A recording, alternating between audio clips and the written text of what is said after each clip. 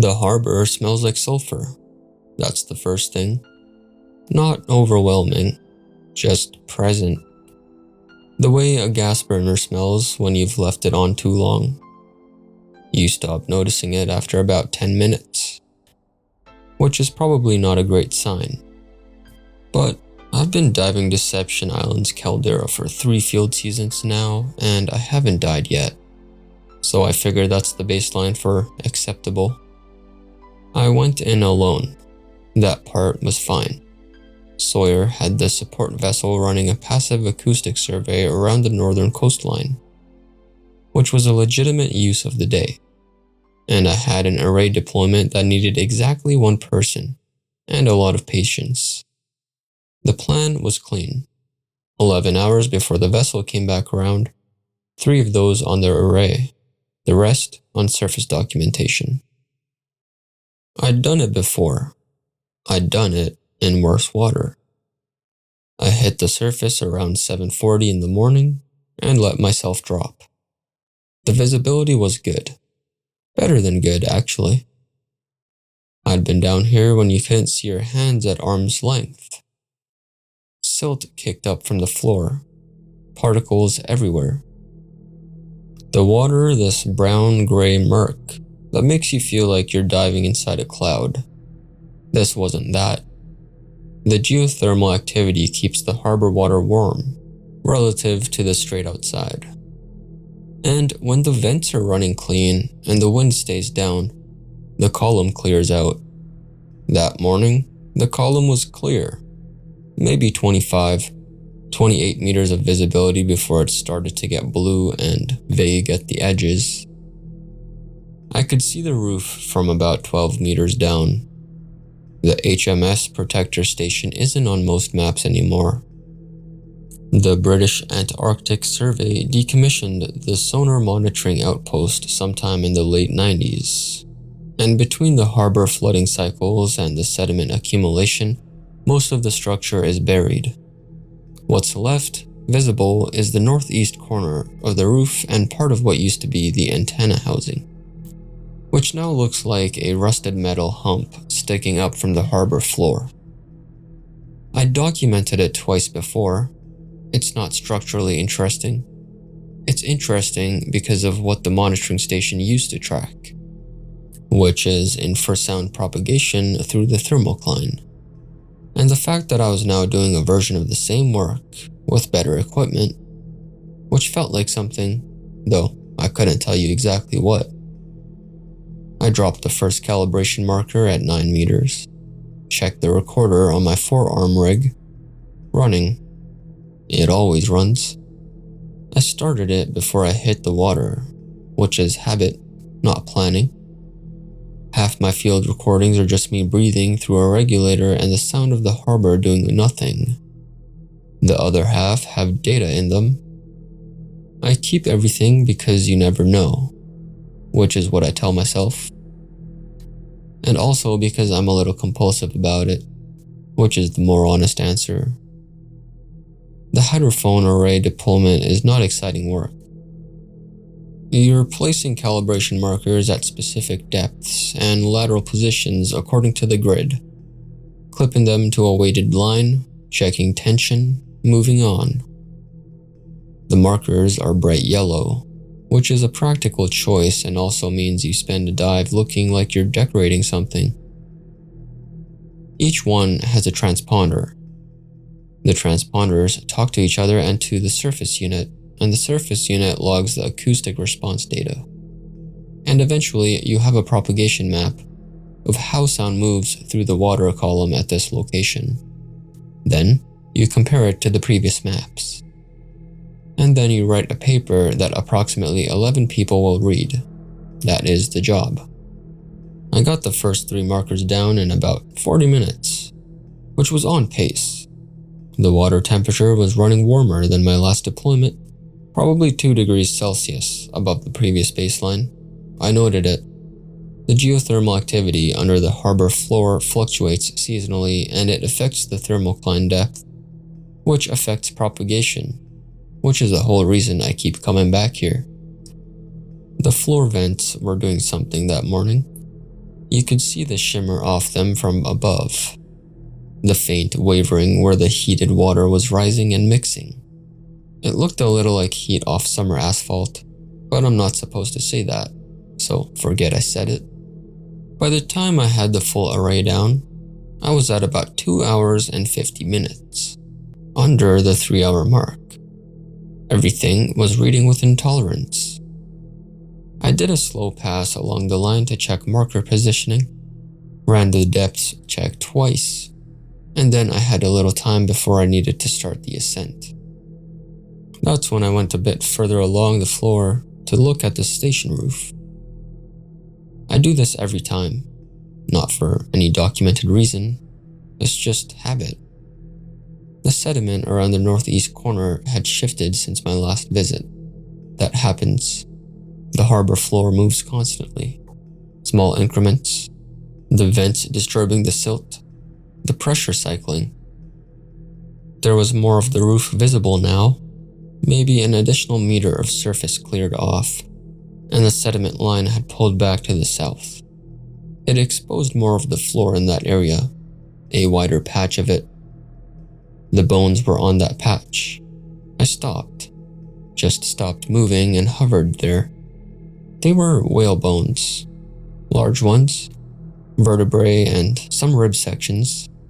A few sections I couldn't immediately identify at distance. The size suggested mink, maybe a small fin whale. I couldn't tell you how old. Whale bones in Antarctic water aren't unusual. Bones on a harbor floor aren't unusual. That's not what stopped me. What stopped me was the spacing. I have a propagation modeling algorithm I wrote in 2009. It's not famous. Maybe 30 people have used it. And most of them are in my field. What it does is generate nodal distribution maps for infrasound propagation through layered thermocline structures. You put in your thermocline parameters, and it outputs the nodal pattern, the points where sound energy concentrates and reinforces. The pattern is distinctive. It's not a grid, not a spiral, not anything that looks like a natural shape. It's irregular in a specific way. The spacing relationships between nodes follow a non-obvious sequence that I worked out over about 8 months of iteration. And when you see it, you know it. Because there's nothing else that looks like it. The bones were placed at those intervals. Not approximately, not kind of close. The spacing matched the nodal output for a thermocline configuration consistent with exactly the temperature and depth profile I was currently diving in. I floated there for probably 30 seconds and didn't think about anything coherent. Then I got out my camera. I shot the arrangements from 4 angles, wide establishing frames, then closer on the spacing, then a series of tight shots on individual bone positions. I counted the nodal points I could identify. 11 clear ones. My algorithm, at these parameters, generates 11 primary nodes. I didn't say anything into the recorder.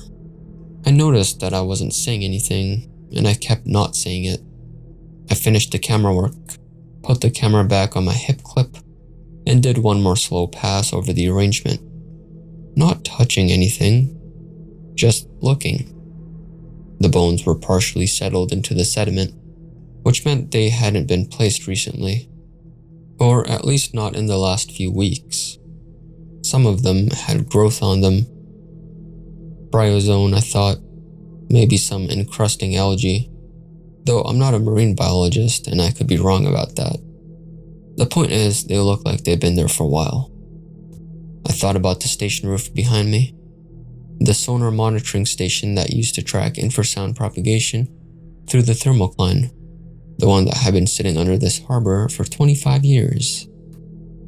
I didn't follow that thought anywhere useful, so I stopped following it. What I did instead was go back to the array and run the depth check a 3rd time. Everything was still within tolerance. Of course it was. I'd already checked it twice. I checked it a third time anyway because I needed something concrete to do with my hands and my attention. And checking calibration markers is something I know how to do. The numbers were the same numbers they'd been 20 minutes ago. I logged them. I noted the final water temperature. I noted the vent activity level as moderate. I noted visibility as approximately 26 meters. I didn't note the bones. Not because I was hiding it, I just didn't know what to say. I'm pretty good at field documentation. I've been doing it for 17 years. I know how to describe a sonar anomaly, a sediment layer, a thermocline inversion. I know the language for all of that. I didn't have language for what I just photographed. And I have a thing about putting observations into the record before I have language for them. You end up with notes that say things like, unusual configuration, unclear significance, which is useless. Worse than useless, because it sounds like you noticed something and then failed to think about it. So I said nothing, I logged what I had, and I left the rest alone for now. The ascent was typical. I did my safety stop at 5 meters, held it for 3 minutes, watched the harbor wall. There's a layer of orange bacterial mat at about 4 meters that I've been photographing since my first season here. It's grown laterally, maybe 30 centimeters in 3 years. Slow. I took a picture of it because I always take pictures of it. That part felt normal. I broke the surface at 11:47. The sky was flat white, the usual overcast, wind running maybe 12 knots out of northeast. The volcanic rim of the caldera was right where it always is. The black rock and the snow line and the whole strange enclosed geography of the place. Deception Island looks like someone punched a hole in the ocean and forgot to fix it. The harbor is the hole. I've always found that a little on the nose, given the name. I swam back to the equipment float, pulled myself up, and sat there for a minute. Mask off, regulator out. The sulfur smell came back, faint and steady. The surface unit was logging clean data from the array, green indicators across the board. I checked the transponder handshake counts. All 11 markers reporting in, signal strength good. 3 hours and 22 minutes from entry to surface, which was slightly over my target but with an acceptable range. The deployment was done. The calibration data was good.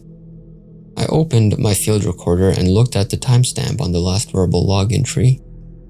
7:53 in the morning. That was it. That was the last time I'd said anything into it. Everything after that was just regulator noise and ambient harbor sound, and somewhere in there, the soft scrape of my fins against the sediment as I'd moved around the bones.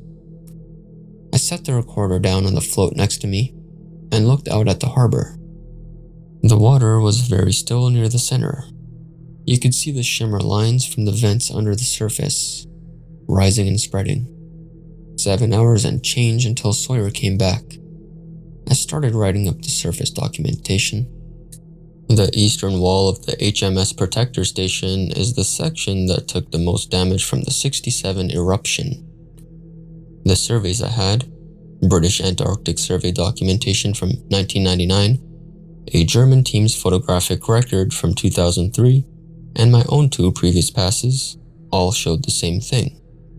The eastern face had partially collapsed inward, with a section of roof framing coming down on top of it, and creating a kind of wedge-shaped gap about 1.5 meters wide at the base. Not clean, buckled steel and compacted volcanic ash on both sides.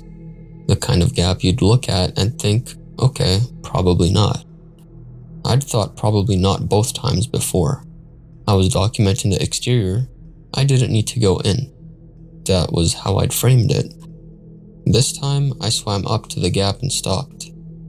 There was current coming out of it. Not much. A slow, steady movement of water out through the gap. Consistent and directional. That made no sense. A sealed structure under volcanic debris since 1969 should have had equalized pressure decades ago. Water in, water out. Settle into equilibrium, done. There shouldn't have been any differential.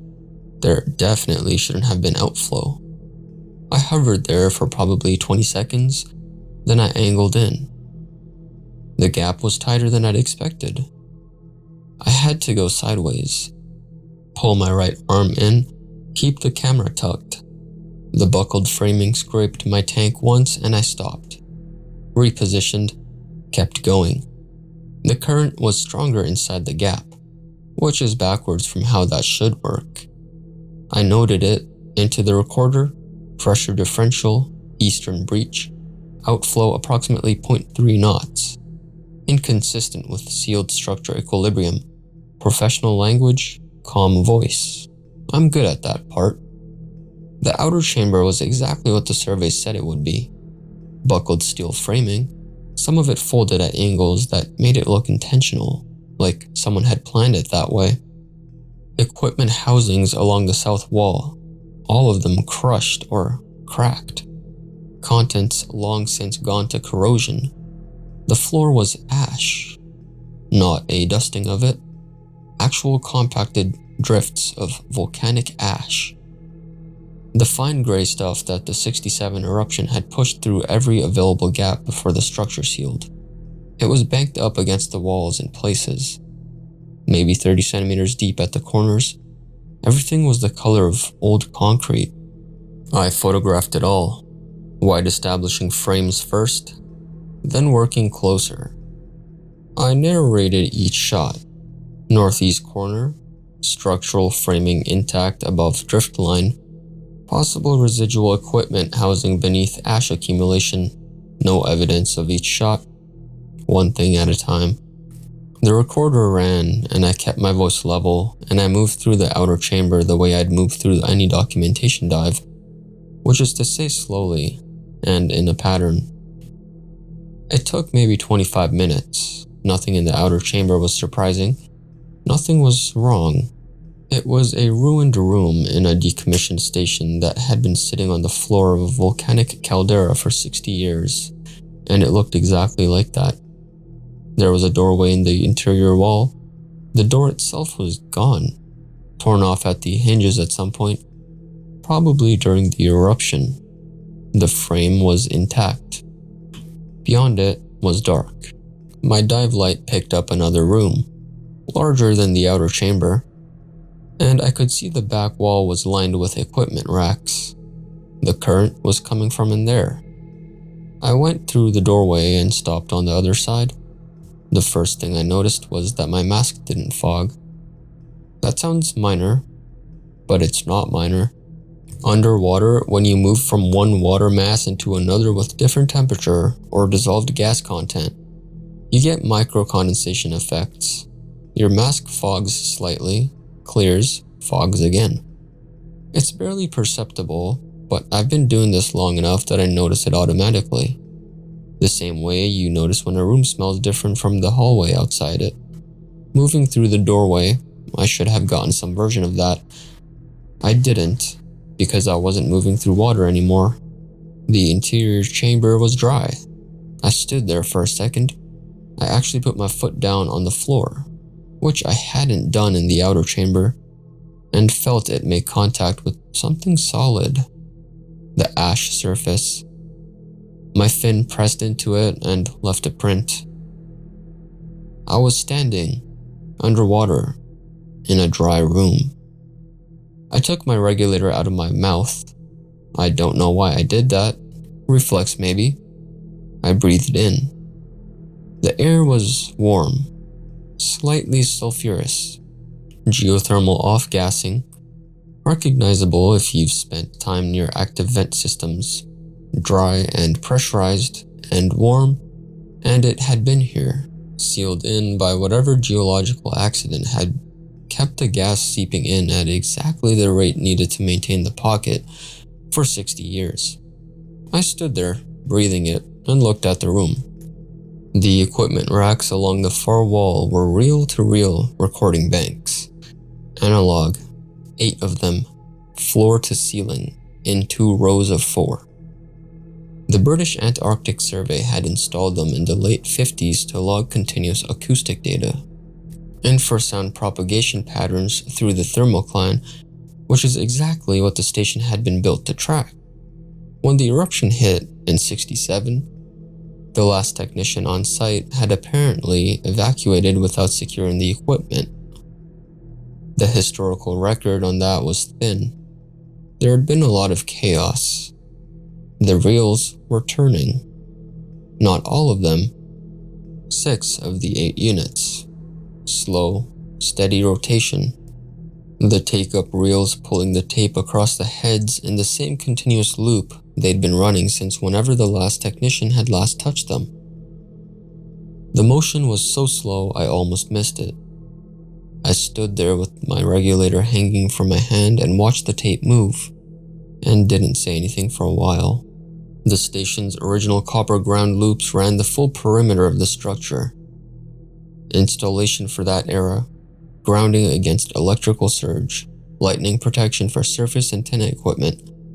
What nobody had planned for, or maybe nobody had thought to plan for, was that the copper loops ran directly over an active geothermal vent field. 60 years of low-level electrical conductance, geothermal current running through the copper, feeding back into the station's internal wiring. Not much current, just enough. 6 of 8 recording banks, running. I lifted the recorder and held it toward the equipment racks. I didn't say anything into it. I just let it run. The reels turned. The tape moved across the heads. Somewhere underneath the volcanic debris and the cold harbor water, and 60 years of nobody, the station had been doing its job. The secondary archive rack was along the left wall, and I almost missed it. The reel-to-reel banks had pulled most of my attention, which was fair. 6 machines running in a sealed room that's been underwater for 60 years tends to do that. But once I held the recorder up long enough to capture the ambient sound, and let myself just stand there breathing the warm sulfur air for a minute, I turned around, and there it was. A freestanding metal shelving unit, floor to ceiling, bolted directly to the wall. Painted the same olive drab as everything else in the room. Maybe 2 meters tall, maybe less. The kind of industrial shelving you'd find in any government archive from that era. Heavy gauge, welded cross bracing, 4 horizontal rails per section. Every rail held reels, not the operational reels running on the active machines. These were archived ones, stored flat in their original tin cases, labels facing out. Each case was roughly the diameter of a dinner plate, maybe 3 centimeters thick, and they were packed in tight enough that you couldn't have slid a finger between them. Someone had organized this. I pulled the recorder up and aimed it at the rack without speaking. Then I stepped closer and started reading labels. The handwriting on the first set was immediately recognizable as British military style from that period. I've handled enough Antarctic survey documentation to know the format. Block caps, abbreviated month designations, a 2-digit year suffix. Clean and impersonal and very practiced. NOV 62, DEC 62, JAN 63. 1 reel per month, running left to right along each rail, top to bottom. I tracked the sequence with my finger without noticing the cases. November 1962 through to late 1967, which was when the station went under. 58, maybe 60 reels. That made sense. That was the expected part. Then the labeling changed. Not dramatically, not like someone had switched to a completely different system. The cases themselves were the same. Same tin, same dimensions, same general format. But the typeface was different. Printed, not handwritten, small, evenly spaced characters, that looked almost like a monospace font but weren't quite. I've used enough equipment in my life that I can usually place a typeface, or at least narrow it down. Thermal printer, dot matrix, early laser output, whatever. This one, I couldn't place. The letter forms were clean, but slightly off in a way I couldn't articulate. The proportions weren't wrong exactly, they were just not from anything I recognized, and the dates continued. JAN 68, FEB 68. All the way forward, rail by rail, year by year, packed tight and organized with the same care as the handwritten ones before them. I stood there and counted forward without really meaning to, tracing the rails with my eyes, and the cases kept going. All the way to the present, or close enough to it that I couldn't tell where they stopped from when I was standing. There were a few things I could have concluded from that. I didn't pursue any of them. What I did instead was reach up to the top left rail and carefully slide the first case out. NOV 62. The tin was dry and label was completely intact, which tracked. No humidity in here, no condensation, no activity to degrade the adhesive. The case opened with a small resistance at that hinge, the kind of resistance that's just age, not damage. The reel inside was in good condition. The tape looked physically sound. I checked the hub and the edges and the leader without touching the tape itself. Then I loaded it. The playback deck on the nearest active unit had an open transport. I'd noticed that earlier and hadn't thought much about it. The machine was built to accept format reels and the threading path was conventional enough that I didn't need instructions. I've threaded older equipment than this. I ran the leader though, engaged the transport, set the machine to playback, and let it find tension. It took maybe 15 seconds before the heads engaged. Then I heard it. 4 seconds in, maybe less. I know what my own work sounds like. I don't mean that in an abstract way. I mean, I've spent so much time inside the specific structure of my own analysis that I recognize it the way you recognize your own handwriting. The spectral fingerprinting intervals, the way I'd built them to sequence through the thermocline gradient at a specific harmonic ratio. Not the ratios you'd find in acoustic modeling, but a set I derived independently over years of work starting in 2002 and not finalized until 2009. The nodal harmonic mapping, the way the algorithm prioritizes secondary propagation paths through layered density gradients rather than treating them as interferences. Every one of these choices had been mine. I'd documented all of it. I have lab notebooks going back to 2002 with the early derivations in them, and the revision history on the final codebase, and peer-reviewed correspondence that establishes the timeline clearly. The recording was from November 1962. The computational process required to generate what I was hearing would not exist for another 47 years. The equipment in this room could not have produced it computationally, because in 1962, there was no computation. These machines recorded what they detected. Passive capture, analog tape running at a fixed speed across a fixed head, registering whatever acoustic signal was present in the water column above the station.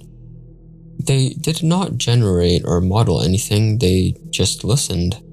And what they had recorded, what was on this tape, what had been sealed in this dry pressurized room since before I was born, was the exact acoustic structure of a process that I invented. I stood there with the recorder in my hand and the playback running and the warm sulfur air moving slightly past my face, and I listened to it all the way through the first passage, then the second.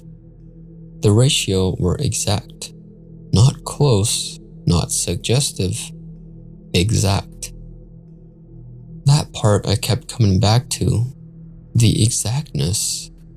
I'm not great at describing what it feels like when the ground drops out from under an assumption you built your entire professional framework on. I don't have language for it that isn't clinical. and the clinical language wasn't helping me right now. What I can tell you is that I kept listening.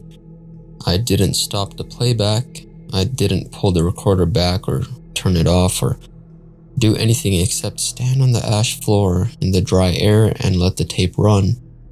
The reels turned, slow and steady. I kept my eyes on the machine. I had my recorder pointed at the playback unit and I was narrating. That's what I do under pressure. I narrate. Calm voice, measured pace, technical terminology in the correct order. It's not bravery or discipline. It's just the groove my brain falls into when everything else gets too loud. So I narrated. Playback of reel labeled NOV62, HMS Protector Station Archive, Interior Chamber. Acoustic content presents spectral fingerprinting intervals at harmonic ratios consistent with thermocline gradient sequencing. I paused. Consistent with my thermocline gradient sequencing. I had the classified report in my head the way you have something memorized you didn't mean to memorize. Not because I'd studied it before the trip, but because I wrote it. Every figure, every ratio table, every annotated spectrogram in the appendix. So when the first signature came through the playback deck, that specific interval structure, the one that took me 4 years to drive, the one I'd finalized in 2009, I didn't need a reference sheet. I recognized it the way you recognize your own name being called across a room. Instantly, there was no processing delay. I kept narrating anyway. First signature interval confirmed at ratio 4.73 to 1. Secondary propagation path prioritization present. Nodal harmonic mapping structure intact. I stopped. The ratio is exact. Not approximate, exact. Then I started cross-referencing. My classified report had been declassified 6 weeks ago. Before that, it had been sitting in a DARPA sub-office filing system for 2 years while they decided what to do with it, because the methodology was apparently useful enough to restrict and inconvenient enough that nobody wanted to officially own it. I'd submitted it in 2019. The spectrograms in the appendix documented 3 separate acoustic events. One from the Mariana Trench survey in 2014, one from the Gungotri Glacier channel work in 2011, one from the Kerguelen Plateau Deep Current study in 2016. 3 locations, 3 events, all documented with my methodology because I'd been using it in the field since 2009. The Mariana Trench signature showed up on the NOV62 reel about 8 minutes into playback. I recognized it because it's distinctive. The deep channel resonance pattern in that trench section has a specific double node structure at the thermocline boundary that doesn't occur anywhere else I've surveyed. I'd spent 3 weeks documenting it. I'd written 12 pages of analysis. It's in the report with its own figure number. It was on the tape, recorded in 1962. I said into my recorder, Mariana Trench, deep channel resonance signature present, double node structure at the thermocline boundary, consistent with field documentation from 2014 survey. The Mariana Trench survey was conducted 52 years after this recording was made. I kept the recorder running, I kept narrating, I didn't stop the playback. The Gungotri signature came through maybe 4 minutes later. I actually laughed when I heard it. Not a real laugh, more like the sound you make when something goes wrong that you genuinely didn't see coming. The Gungotri acoustic signature is subtle. It took me 3 passes through the data to isolate it during the actual survey because the glacier meltwater creates this interference layer that obscures the primary signal. I'd been proud of isolating it. It's in the report as figure 11. with a note about the interference layer and the correction methodology I used. On the tape, it came through clean, without interference, the way it looks after correction. Someone, or something, had been already correcting it. Gangotri Glacier channel signature present, I said. My voice was still level. I was aware of it being level in a way I'm usually not. Interference corrected presentation, consistent with figure 11 of the classified report. Pause. 2011 survey, 49 years after this recording. Then, the third signature, and by that point I'd stopped commenting on the impossibility. I just said, Kerguelen Plateau, deep current signature confirmed, South Channel, consistent with 2016 survey documentation, and kept going. The thing is, and I thought about this while the reel was still turning, the station's equipment was passive. That's the whole design principle. The reel-to-reel banks recorded what the hydrophone array above them was detecting in the water column. They didn't model. They didn't compute. They didn't generate acoustic structures.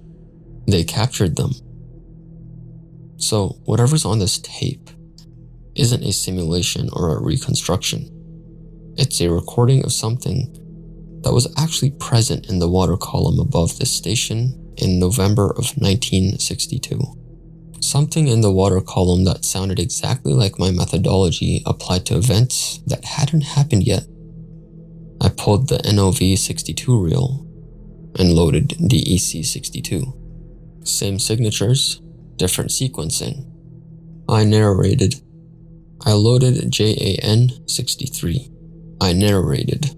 I went through 6 reels before I noticed my narration had gotten shorter. Not deliberately, it just had. The entries that started as full technical sentences were becoming fragments by MAR63. March 63.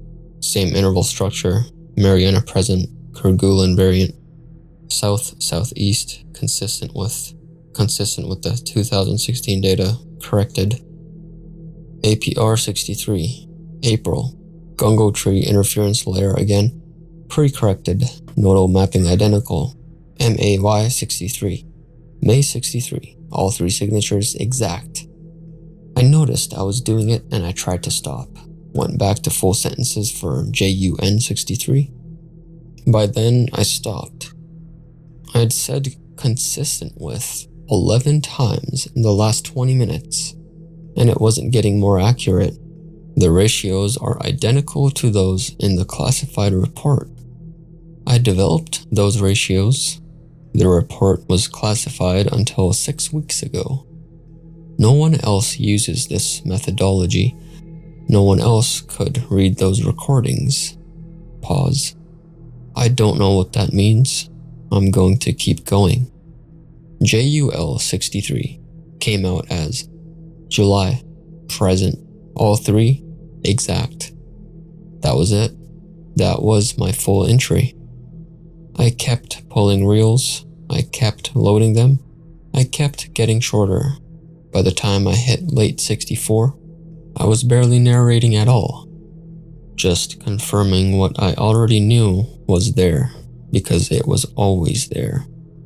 Every reel, exact, and patient, and completely indifferent to whether I had a framework for it or not. Technical language is supposed to create distance. That's what it's for. You put the clinical terminology between yourself and the thing you're looking at, and it makes the thing manageable. It gives you somewhere to stand. I've used it that way my whole career. It wasn't doing that anymore. 65, present. 66, present, all signatures. Late 66. I stopped. Started over. Reel labeled NOV66. Acoustic content presence. I stopped again. Same. It's the same. I set that reel back in its case. The active reels on the 6 running units turned slowly in their loops. The ash floor had my finprints in it from when I'd come in. I looked down at the playback deck, the deck I'd been using to run the archive reels, the one I'd loaded the NOV62 reel onto maybe 20 minutes after I'd come into this room. Back when I was still treating this as a documentation task, back before I understood what I was documenting. There was a reel already on it, not the NOV62 reel. I'd set that aside. Not any of the reels I'd been pulling from the archive rack. This one had been sitting on the transport when I arrived. I'd moved it to the side without really registering it, set the NOV62 reel in its place, and spent the last however long working through the archive without looking at it again. It was in a tin case, printed label, same monospace adjacent typeface as the post-67 cases on the rack. I picked it up. The date on the label was today, not the month, not the year, the specific date. The day I'd arrived at Deception Island, the day I'd entered the water at 7:40 a.m., the day I was currently standing in this room breathing warm, sulfurous air, with finprints in the ash and a recorder in my hand. Today. I hadn't played it yet.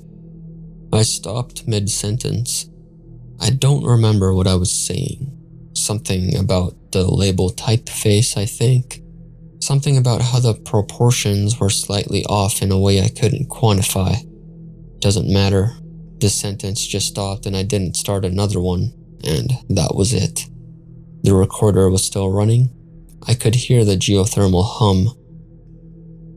My own breathing, kind of shallow, kind of steady. The tin case was in my hand. Today's date on the label. I set the tin case on the playback deck and opened it. The reel inside looked like every other reel in the room. Same tape stock, same hub construction, same general condition. Not pristine, not damaged.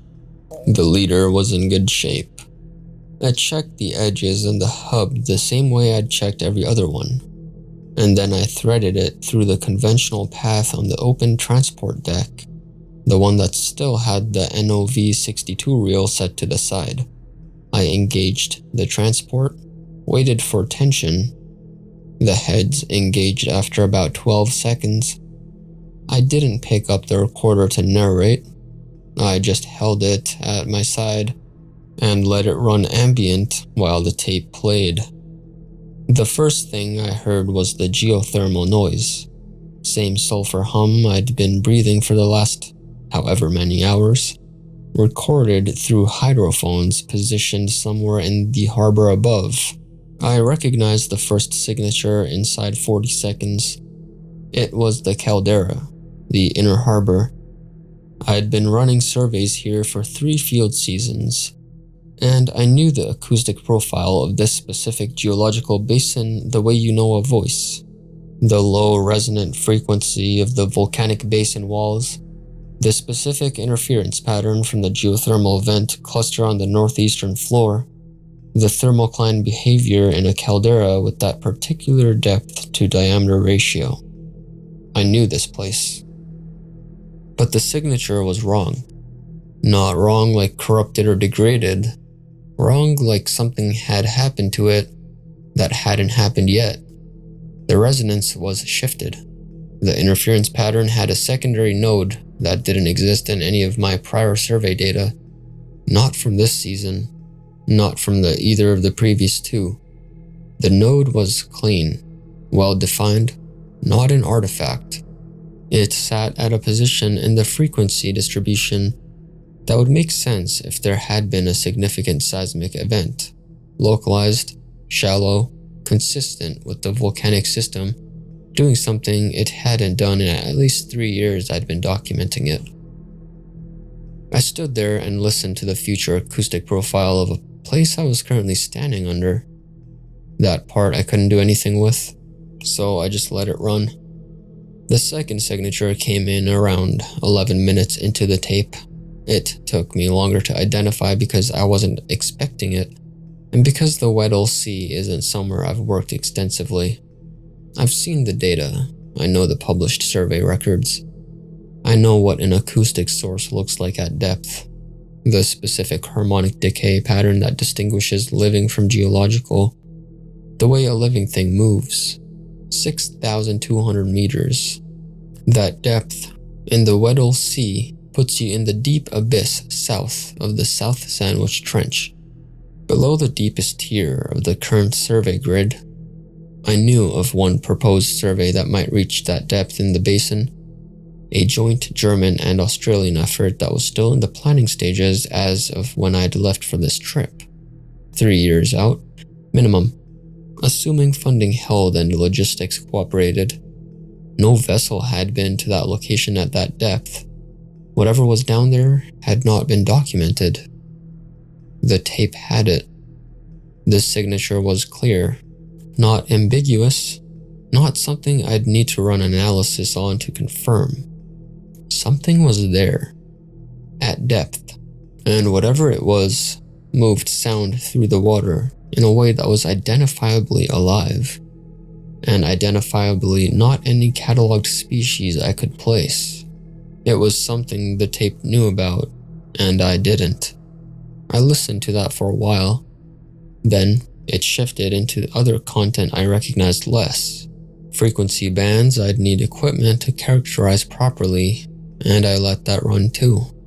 Then, near the end of the reel, maybe 20 minutes before the tape ran out of recorded content and settled back into raw hydrophone noise, I heard a voice.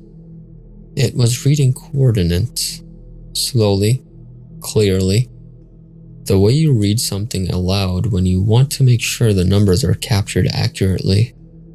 Latitude first, then longitude, each component separated by a deliberate pause. The numbers were accurate, not rounded to the nearest degree or minute, but to the decimal. The kind of accuracy that comes from a GPS fix. The coordinates were for this room, not the station in general, not the harbor, not the caldera. This room, specifically. The interior chamber, the dry air pocket, the archive rack along the left wall. I know the coordinates of this room because I'd logged them before the dive using the surface unit, and the numbers on the tape matched mine exactly. The voice finished reading them and then stopped. I knew the voice. I know my own voice. I've heard myself on recordings enough time to know what I sound like. The cadence, the slight emphasis I put on consonants when I'm being careful to enunciate, the way my pitch drops slightly at the end of a number sequence. I'm not describing something ambiguous or something I'd need a second opinion on. I'm telling you what I heard. The voice on the tape was mine. The recording was made in November 1962. I was born in 1982. I stood on the ash floor of that room, and the recorder ran out of battery about 4 hours later. I don't know exactly when because I stopped tracking time somewhere in there.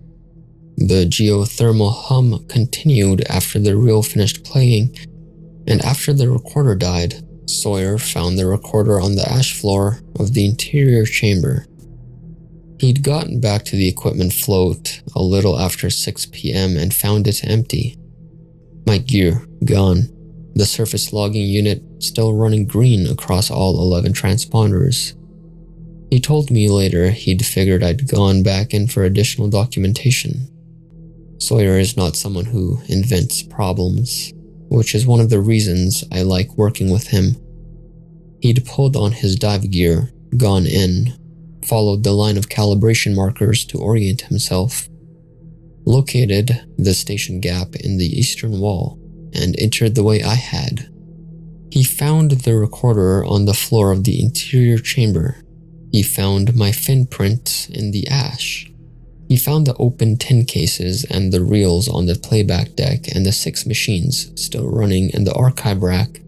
with its 60 years of printed labels, and he picked up the recorder and put it in a waterproof bag and swam back out.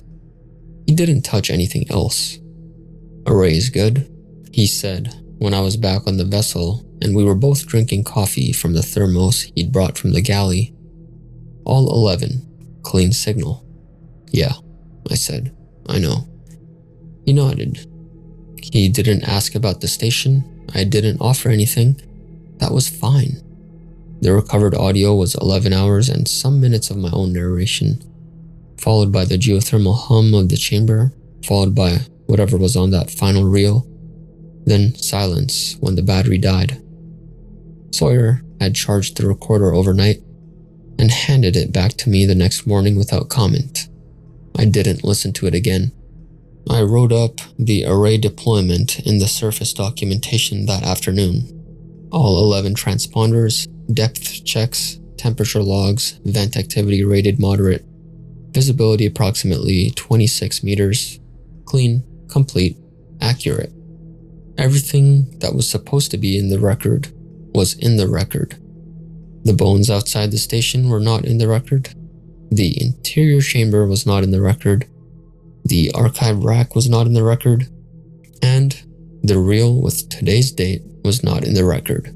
I filed the documentation when we got back to port. The array ran for the full monitoring period.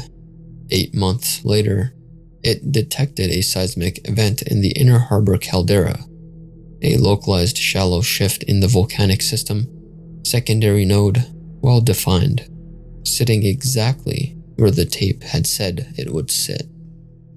I was at a conference in Bergen when I got the alert. I looked at the frequency distribution on my laptop screen in a hotel room, and I recognized it.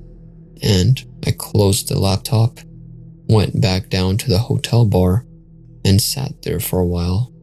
That's about where I am with it.